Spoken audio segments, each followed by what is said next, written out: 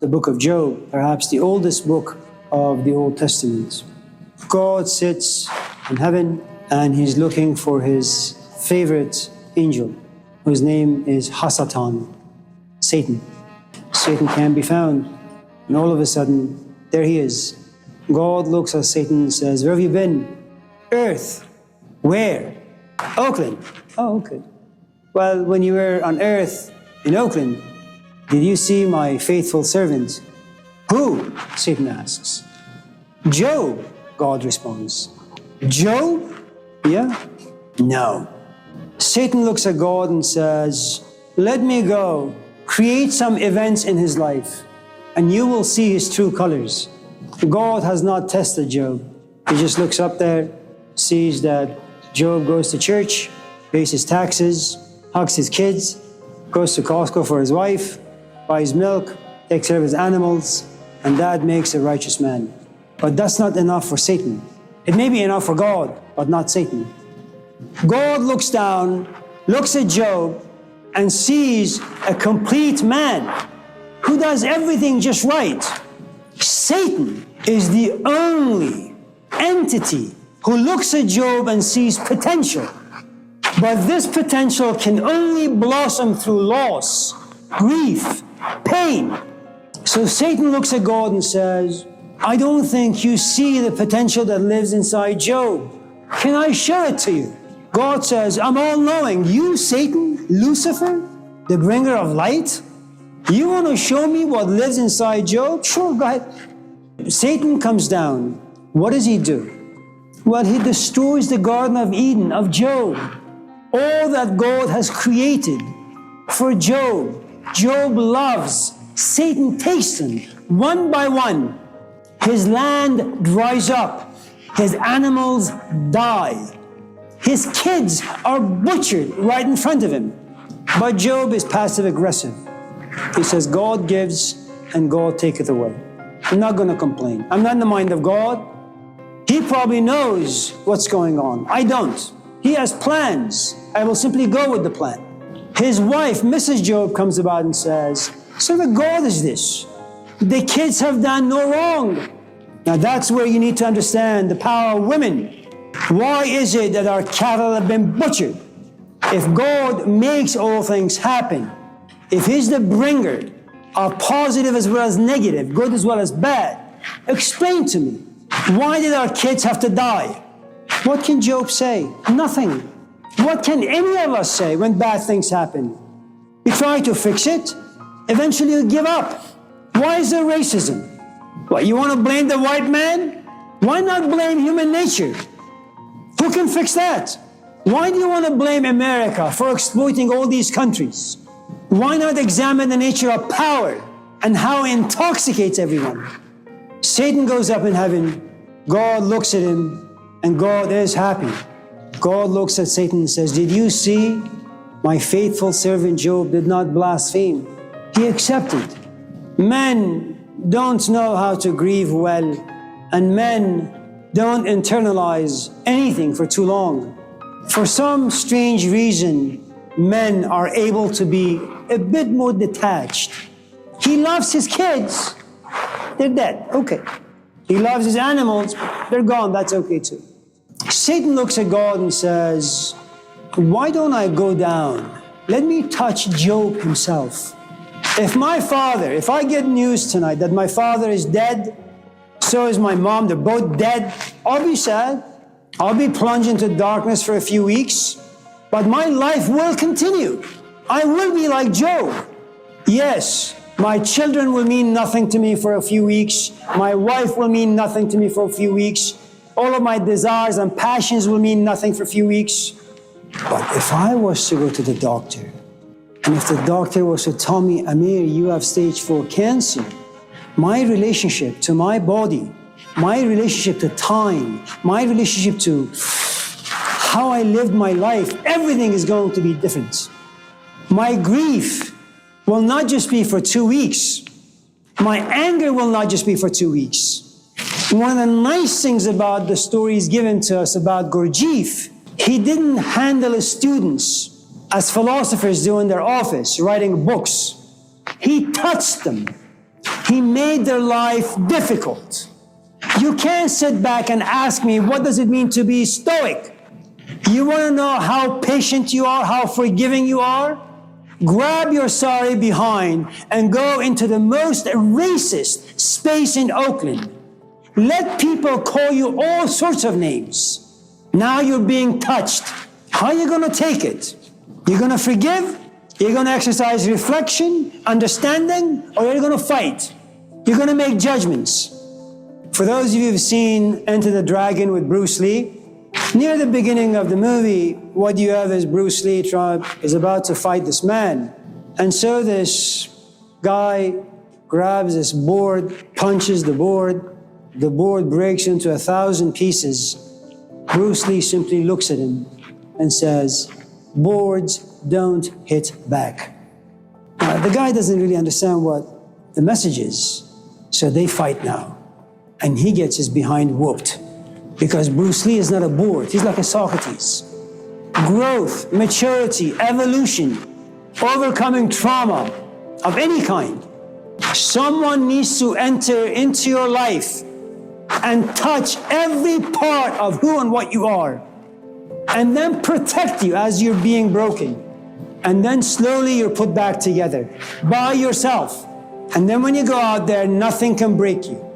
See, when you fall in love with Socrates, you will fall in love with your wife or your husband. You will love your kids, but not the way you love Socrates. You will care for them.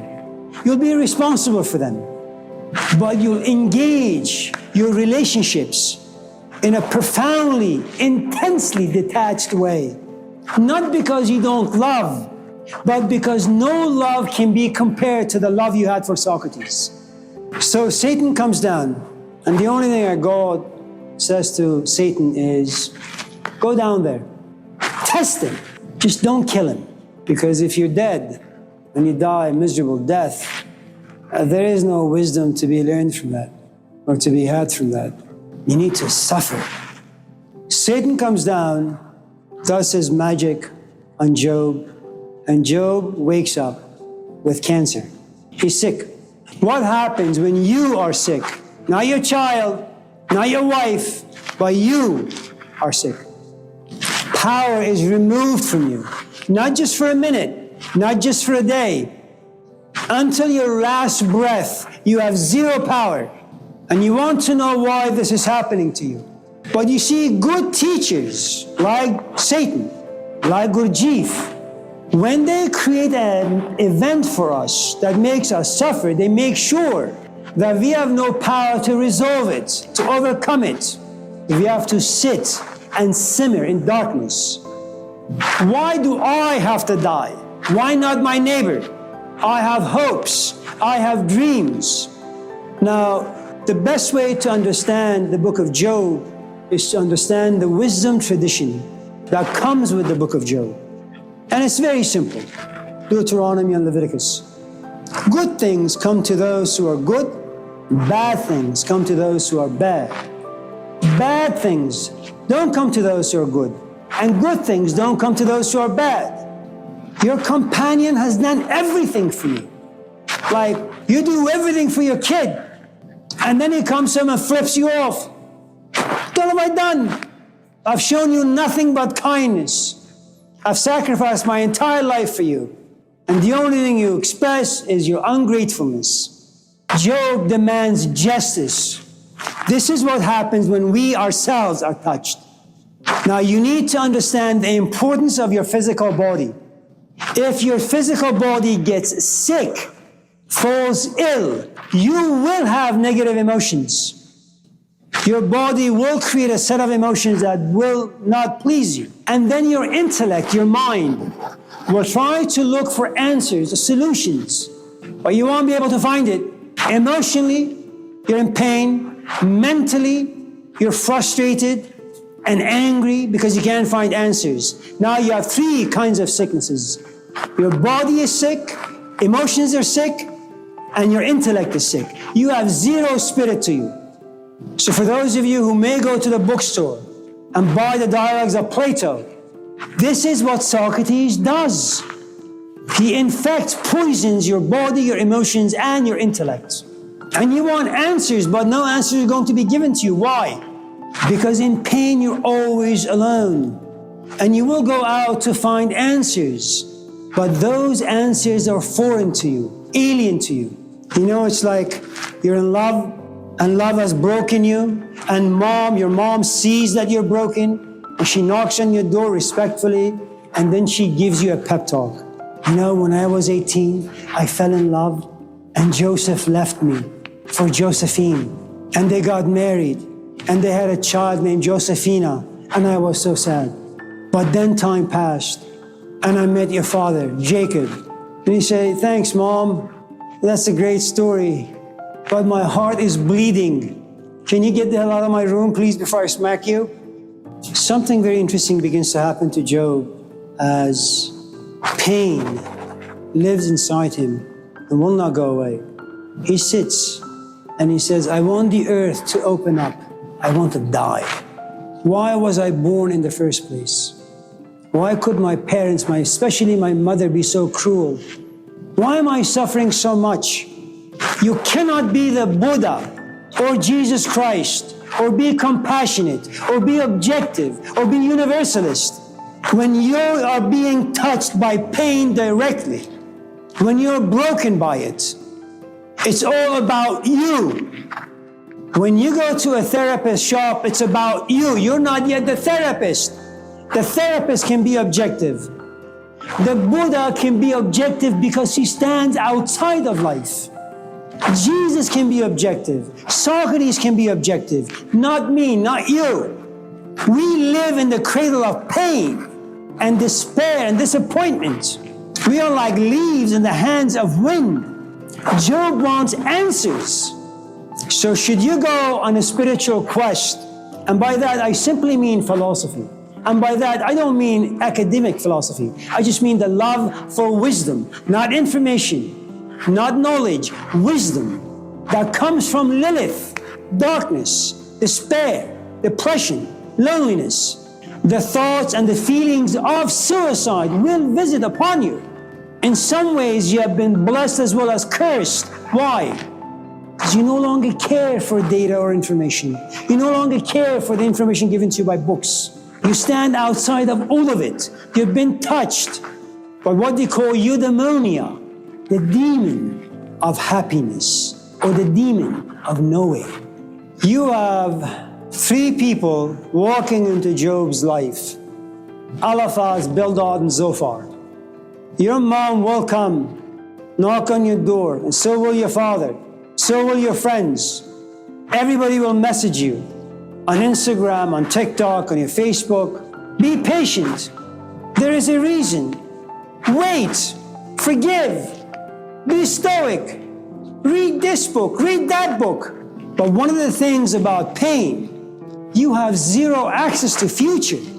Future does not exist in pain. You don't say, this too shall pass. My wife's mother, one night she was making boon. It's once in a while they sit together and they make coffee. And so her shawl caught fire and she was rushed to the burning center in San Francisco. I only went there a couple times, but my wife would go there all the time, every night. The couple times that I was there, all you hear is wailing, screaming, because they put you in this tub of water and someone scrubs you. Gotta get rid of the dead, burnt skin. And it's so painful. And all you can do is scream. And all you really want to do is just die. It's too much. And should someone come into the room and say, be patient, this too shall pass. Remember the 5 senses. They are the bringers of pleasure. And when you're expelled from the Garden of Eden, when death is imminent, what can your senses give you? Nothing. And Job's friends keep telling him, maybe you have committed some sin. That's why this is happening to you. And Job says, no, this is not fair. I didn't choose my skin color, man. My parents were Persian. I was given this color. I didn't make the society of Iran or the politics. It's just bad. My parents shipped me here. I wash cars and I get customers who make fun of me. Why? His friends try to justify his suffering. And here's the thing, no suffering is ever justifiable, especially if you assign goodness and compassion and forgiveness to a God who is really not deserving of any of these qualities. You will no longer see the presence of Satan in the story. Satan's job is complete. You fall in love with Socrates or Gurdjieff, the job is done. From that point on, love will make you suffer. You will do what Socrates or Gurdjieff will demand of you. You won't understand any of it, but you will do it because you love them. You want to please them. You fear them. You respect them. They are your son. They are the very air you breathe. They don't need to be in your life anymore. You've been infected with love. Job has been infected with Satan and the events that Satan had created. Now, what happens when you suffer like Job? You reject everything. You're not black, you're not white, you're not a man, you're not a woman, you're not a Christian or a Muslim, you're not young or old. You are the embodiment of pain and suffering. That's what you are. Your name is suffering. Your meaning is suffering. There are no books to read, no temples to go, no rituals to perform, no gods to pray to. You're all alone. I'm not talking about the book of Job. I'm talking about any one of us in this classroom with trauma, with pain, with a checkered past. You will have friends, people around you. They won't be your friends because no one can understand anybody else's suffering. But once in a while, it's not a bad thing to sit next to someone, to hold their hand, to be hugged by them, embraced by them. Now, Job has to sit and be seasoned in pain. Remember chaos as two kids, night or darkness and confusion. Eventually, these two components mate. They become intimate, very much like Plato's allegory of the cave. It's all dark. And if you're able to endure the journey, you will see the light coming from the mouth of the cave. God waits and waits and waits and waits until Job is expelled from the Garden of Eden, until Job has become a good Taoist and has become empty of everything. He's become formless. He belongs to no one and nothing. Then all of a sudden God appears, but not in a way that Job understands. God appears in a way that Søren Kierkegaard, the Danish philosopher, would say, I can't see God. I can't smell God. All I know is that I feel this awesome presence. And in this presence, all I have is fear and trembling. When I was working with my own teacher, I couldn't look at him. It was too much. He was like the storehouse of wisdom. It was too much for me. I was a kid. It may have been all my own projection, but who cares? They were mine. And I believed them. Did he make mistakes? Yeah, I didn't care. I still don't care. Did he exploit me in some ways? Yes. Did I care then? No. Do I care now? No. Was I used? Absolutely. But fear and trembling. Job sees the presence of God, feels it, has a good amount of fear and trembling. And God looks at him and says, what is wrong with you? Now remember, Job has to be completely empty. And in this complete darkness, can some light come about? And that light, symbolically, is God, or wisdom, or what we call breakthrough.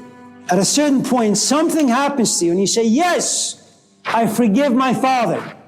But that forgiveness, that moment came after 25 years of struggle. And you know what God tells Job? Don't try to understand life. Don't try to understand suffering. Learn how to be patient and learn to accept. I'm not talking about accepting the Dr. Phil way or Oprah Winfrey way. You plunge into depression, you desire suicide, you have no one and nothing. All of a sudden you have a breakthrough. And what the breakthrough gives you like what Elizabeth Kubler-Ross would say. First you deny, then you become angry, then you bargain, then you get depressed, then you say, life gives and life takes away. I can't wrestle with life. I can't fight life. I can't beat up life. I will simply accept life. And here's the thing. When you read the end of the book, and for those of you who are interested in zodiac and horoscopes, astrology especially, you have the mention of all these planets that are all symbolic, all of the side. What happens to Job is the following. He resurrects from the dead. He resurrects from depression, from being lifeless. He walks into life. If he only had 2 sheep, now he has 50. If he had a land that was dry and dead, now it's lush. And that's the thing about acceptance. You see beauty and you see the beast, and they both have equal value to you. And now you have your own unique Garden of Eden. If you've seen the movie The Last Samurai, I mean, the samurai culture is a very interesting culture. But near the end of the movie, the chief of the clan has been shot. He rests on Tom Cruise. He's about to die. And then the cherry blossoms are falling. And as he's dying, he says, "Ah, they're so beautiful." While dying, he sees paradise. This is a man who accepts. Now, the only way anyone can accept is to live, to lose, to grieve, to become lonely, to have a breakthrough. And then you understand. And this understanding is not intellectual. It's not just a set of information you've read in books or heard from other people. It comes from you and through you. It's yours. It's what Confucius had argued. People can steal your watch, your car, but they can never steal your wisdom. In the 39 books of the Old Testament, you only have one book of Job. That's how rare such people are.